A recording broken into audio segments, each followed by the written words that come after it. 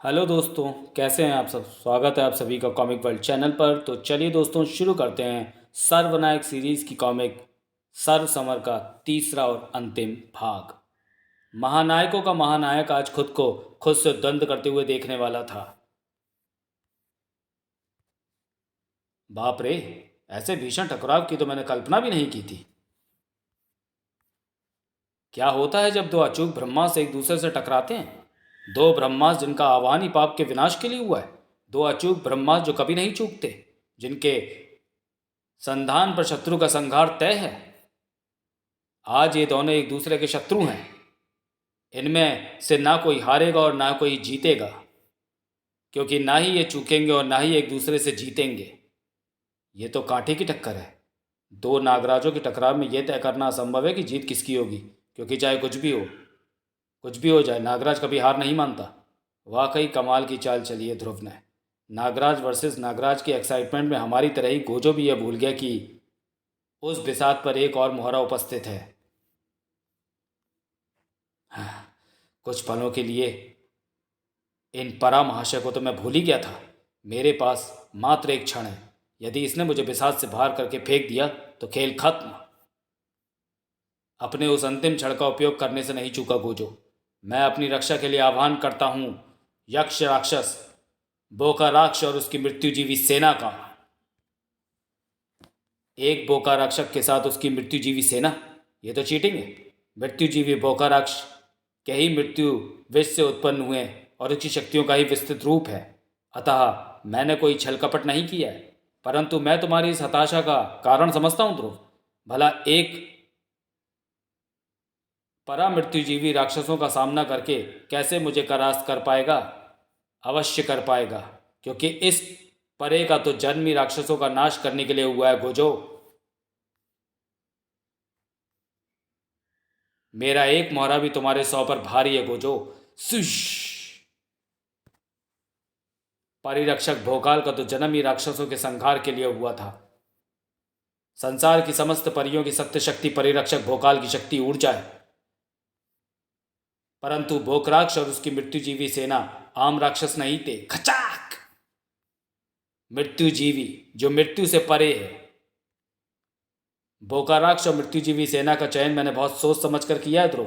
तुम्हारा कोई भी मोहरा इन्हें पीट नहीं सकता, क्योंकि अगर भोकाल उन्हें मारेगा तो वे दोबारा जीवित हो जाएंगे।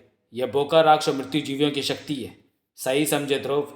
लेकिन तुम ये भूल गए हो गोजो कि इस बिसात से बाहर जाने वाले मोहरे खेल से बाहर हो जाएंगे। तुम्हें लगता है कि एक अकेला परिरक्षक पूरी मृत्युजीवी सेना को बिसात से बाहर फेंक सकता है? पूरी मृत्युजीवी सेना को नहीं, सिर्फ बोकाराक्ष को। बोकाराक्ष बिसात से बाहर हुआ तो पूरी मृत्युजीवी सेना हार जाएगी। यह ध्रुव गा गा कर अपना प्लान क्यों बता रहा है? अगर ध्रुव बता रहा है तो ये उसका प्लान नहीं है। मत भूलो कि बुद्धिपासा चलने की अगली बारी ध्रुव की है। मैं आक्रमण के लिए आह्वान करता हूं क्रोध केतु कोबी का। क्रोध केतु कोबी। युगम धरित्रियस्य। काल की बिसात पर यह है बुद्धिपासे की चाल, परंतु ये अंत नहीं है मित्रों। दिग्गजों का आगमन तो अभी शुरू हुआ है। फुफ फुफ। मैं रक्षा के लिए आह्वान करता हूं धनादन डोगा का। धनादन डोगा, ये क्या चीज है भाई?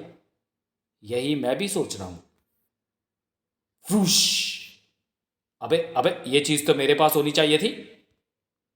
का। और ये मेरे पास। ये तो व्रत रूप लेता जा रहा है। मोहरों के बढ़ने से बिसात भी बड़ी होती जा रही है। मैं आह्वान करता हूं काल कराल शुक्राल का।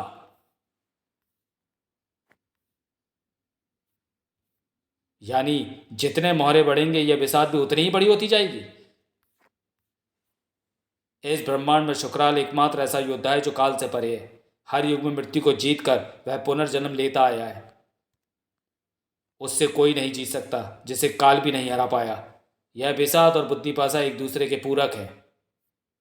इस बिसात पर शुरू किया गया खेल कभी खत्म नहीं होगा। बुद्धिपासा खिलाड़ी के दिमाग से नहीं चल रहा, वह अपनी शक्ति से खिलाड़ी के दिमाग को चला रहा है। बड़ा दिमाग जितना कुशल होगा बुद्धिपासा उतनी ही सशक्त होता जाएगा। तीव्र बुद्धि ही बुद्धिपासा की शक्ति है। ओह, इसे तो मैं भूल ही गया था। समय आ गया इस खेल को खत्म करने का। मैं आक्रमण के लिए आह्वान करता हूं आतंकहंता नागराज की समय धारा से ध्रुव का। अब टकराव बल से बुद्धि का नहीं बल्कि बुद्धि से बुद्धि का था। युगम धरित्री यस्य।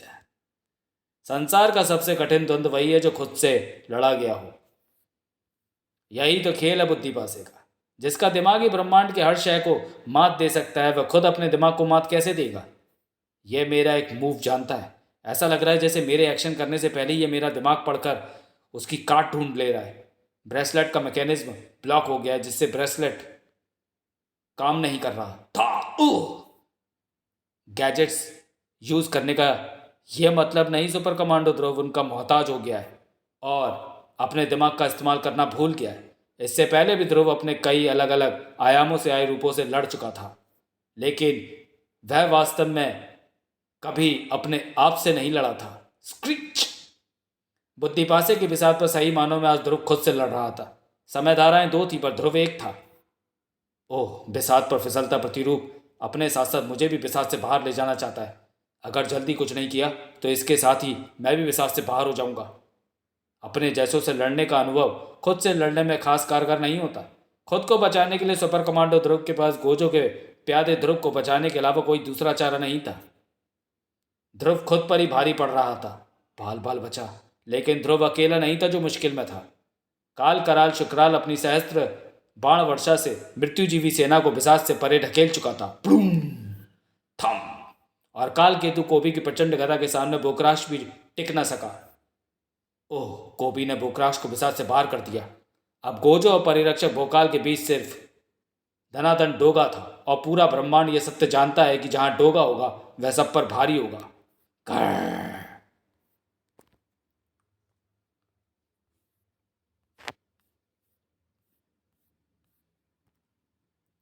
महाबलियों के महाबली परिरक्षक भोकाल को किसी पक्षी की भांति उड़ा दिया ताकत और क्रोध के उस पहाड़ ने। अगर अपनी इच्छा शक्ति का हर कतरा ना झोंक देता वह महाबली तो यकीनन बिसात से बाहर हो चुका होता। अब क्रोध और ताकत के दो पर्याय एक दूसरे के आमने सामने थे। देखने वाले हतप्रभ थे। ऐसा कुछ भी कभी नहीं देखा था उन्होंने। हिंसकता और निशस्ता का अनावरत टकराव था वह, जो बेबस भी था और अद्भुत भी। भम। वे दोनों महारथी भी हतप्रभ थे, लेकिन हतप्रभ होने के लिए अभी बहुत कुछ बाकी था। शिश। परतें खुल रही थी, नकाब हट रहे थे। भगवान, ये नहीं हो सकता।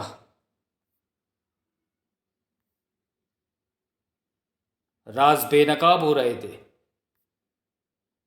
एक पल के लिए जैसे पूरा ब्रह्मांड थम गया था। ओह, इसी वजह से हमारे आयाम की डोगा के मुकाबले यह धनाधन डोगा ज़्यादा खूंखार और हिंसक है, क्योंकि ये एक म्यूटेंट है। यह डोगा तो वाकई श्वान मानव निकला थार। परंतु युद्ध की बिसात पर हार को जीत में बदलने के लिए भी सिर्फ एक पल ही तो लगता है। महाबली परिरक्षक भोकाल ने युद्ध का रुख पलट दिया था। धनाधन डोगा बिसात से बाहर हो चुका था।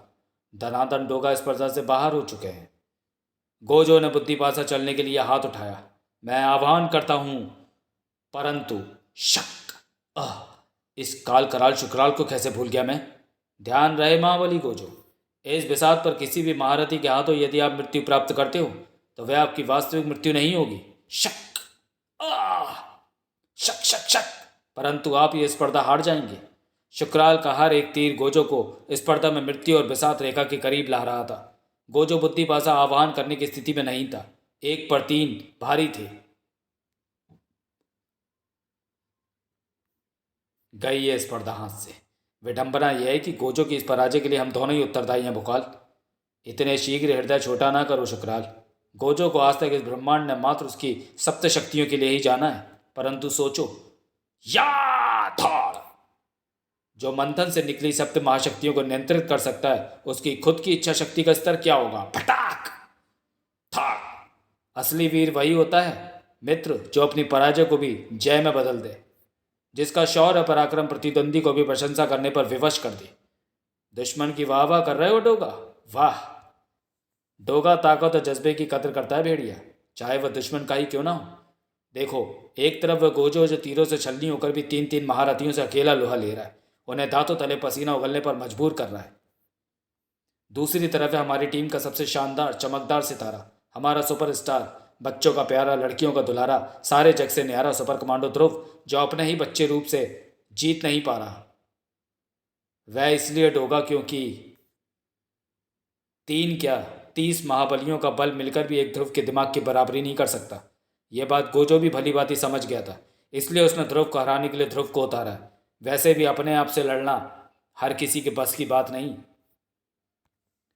अगर ध्रुव से ध्रुव की लड़ाई का परिणाम निकलना मुश्किल था, तो नागराज से नागराज के द्वंद्व का परिणाम निकलना असंभव था। अग्निका। आतंक करता नागराज अग्निका की प्रचंड अग्नि लपटों में घिर चुका था। शायद इस युद्ध का परिणाम भी निकट था। ब्रह्मांड वह देख रहा था जिस पर यकीन करना मुमकिन नहीं था, और युगम वह देख रहा था जिस सच से ब्रह्मांड अनभिज्ञ था। युगम धरित्रियस्य। इस ब्रह्मांड में अग्नि से पवित्र और कुछ नहीं। ज्वाला पक्षी अर्थात फिनिक्स, जिसे अग्नि मृत्यु देती है तो पुनर्जीवन भी देती है। ओह, आतंक करता नागराज नरकनाशक नागराज की शक्तियों का सामना नहीं कर सका, लेकिन यह बाकियों की तरह बिसात से लोप क्यों नहीं हो रहा है? परंतु ज्वाल पक्षी ब्रह्मांड का वह अकेला प्राणी नहीं जो अपनी चिता की राख से पुनर्जीवित होता है। नागराज मानवीय गुण जिसमें सर्वोपरि और साथ ही ब्रह्मांड के सर्वश्रेष्ठ इच्छाधारी याग, नाग यानी कालजयी की शक्तियां। नागराज चाहे वो किसी भी समय धारा से हो, वह अपराजय है। एक बार फिर शुरू होने वाला था एक ऐसा द्वंद्व जिसका परिणाम निकलना असंभव था। गोजो बुद्धिपासे का आह्वान कर पाने की स्थिति में नहीं था, और ध्रुव सुपर कमांडो ध्रुव को बुद्धिपासा चलने का कोई मौका नहीं दे रहा था। यह बिल्कुल अपने आप से लड़ने जैसा है, सब कुछ मेरे जैसा, लेकिन एक अंतर है, इसकी फाइटिंग स्टाइल मुझे किसी की याद दिला रही है, लेकिन ये नहीं याद आ रहा है कि किसकी। इसकी फाइटिंग स्टाइल मुझसे डिफरेंट है। इसके मूव ज़्यादा ट्रिकी हैं, ज़्यादा चपल, लेकिन किसी सदे हुए रेसलर जैसी। बिसात पर मृत्यु और गोजो की इच्छा शक्ति में द्वंद्व अब निर्णायक चरण पर था। पल भर में इस स्पर्धा का फैसला हो जाना था। याद नहीं आ रहा आखिर किसके मूव सही है। तुम बिल्कुल सही सोच रहे हो सुपर कमांडो ध्रुव, ये मूव्स मुझे मेरे गुरु ने सिखाए हैं, ग्लोब सर्कस के स्ट्रॉन्ग मैन ग्रैंड मास्टर जुबिस्को ने। ध्रुव खुद से हार चुका था। उस घड़ी उसके मस्तिष्क में सैकड़ों फुलझड़ियां एक साथ छूट रही थी। मैं हूं स्ट्रॉन्ग मैन जुबिस्को का शिष्य और जुपिटर सर्कस का शो स्टॉपर ध्रुव। चतुर्थ अध्याय समाप्त। परिशिष्ट अध्याय। प्राण रक्षा करो सम्राट, रहम करो, अपनी तूती बजाना बंद कर लो जली झाड़। कितनी बार समझाऊं कि तेरी आत्मा को सिर्फ ऐसे ही शरीर में डाला जा सकता है जिसमें वनस्पतियों की शक्ति हो। तेरे निकम्मेपन के कारण मेरी योजना भी अधर में लटक गई। मूर्ख, द्वापर युग के बजाय इसे कलयुग में धरती पर आने की चेष्टा मैं सिर्फ इसलिए कर रहा हूं क्योंकि धरती और देवताओं दोनों के ही आने वाले समय में निश्चित पतन से मैं अनभिज्ञ नहीं हूं। यही समय था जब सम्राट फूचांग से पृथ्वी पर ही नहीं बल्कि तीनों लोगों पर अपना आधिपत्य स्थापित कर सकता था।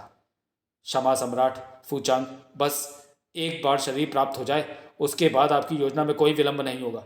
हिमालय पर फूचांग का मानस रूप और खाक में बदलता झड़ौंदा किसी ऐसे प्राणी की प्रतीक्षा कर रहे थे जो उनका उद्धार करे। धरती पर पिछले कुछ समय से जो स्थिति चल रही थी उससे यही प्रतीत हो रहा था कि भगवान अपने भक्तों की सुनने के मूड में नहीं था, और शैतान कुछ ज़्यादा ही जल्दी सुन रहा था।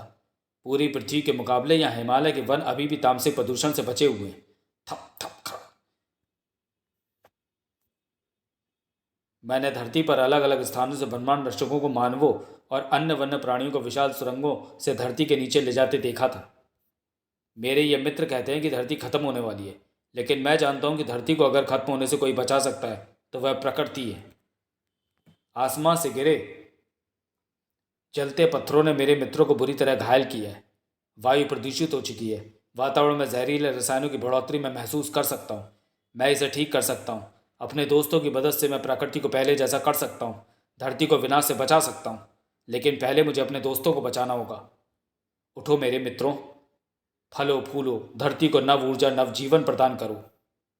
उठो, तुम सबकी सहायता चाहिए मुझे। मित्र जानकर हर असहाय वनस्पति की सहायता करता वनपुत्र नहीं जानता था कि हर असहाय सहायता के योग्य नहीं होता।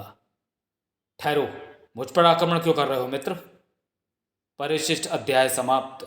सर्वनायक पंचदंश पंचदश खंड समाप्त। तो चलिए दोस्तों, वीडियो को यहीं समाप्त करते हैं और मिलते हैं सर्वनायक सीरीज की 16वीं कॉमिक्स युगम धरित्री अस्य सर्वप्रहार में अगले वीडियो में, जब भी ये रिलीज़ होगी। स्त्री तो जननी भी है और विनाशिनी भी, जिसमें माँ पार्वती जैसा प्रेम विद्वान है तो माँ काली के समान शत्रु के रक्त की पिपासा भी। होगा हर पाप शक्ति का संहार जब नारी शक्ति सम्मिलित होकर करेगी सर्वप्रहार। राज कॉमिक्स बाय संजय गुप्ता प्रस्तुत करते हैं सर्वनायक श्रृंखला का 16वां रोमांचकारी भाग, जल्द ही कॉमिक वर्ल्ड चैनल पर। तब तक के लिए धन्यवाद।